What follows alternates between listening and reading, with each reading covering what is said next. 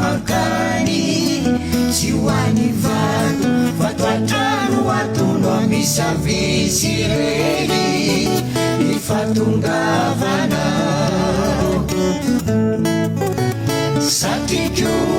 ny ahitanao anio teny anio taona maro isika tsy nifankahita fanyanatra ianao tany ampitan-drano masina teo any aho mahitsenanao nefa tsy afaka makany tsy hoany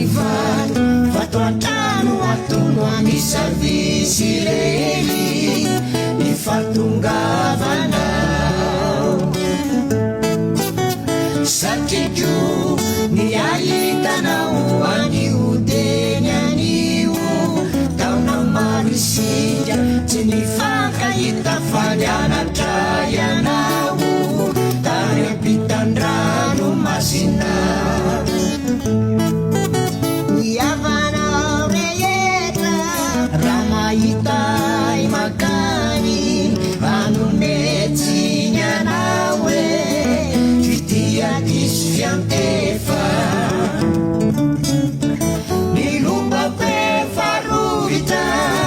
ny patalo feno tabina ny kapatapatapaka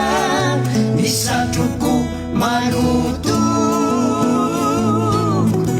aleko ihany hijanony eto azomeratsiny iaho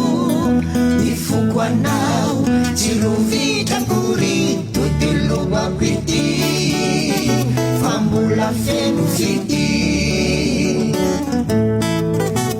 hoavy anao rehefa tanàna teo ampiatranoko ao atrano bongo mandraisako anao eo ambony akarakeliko no hibanjinako anao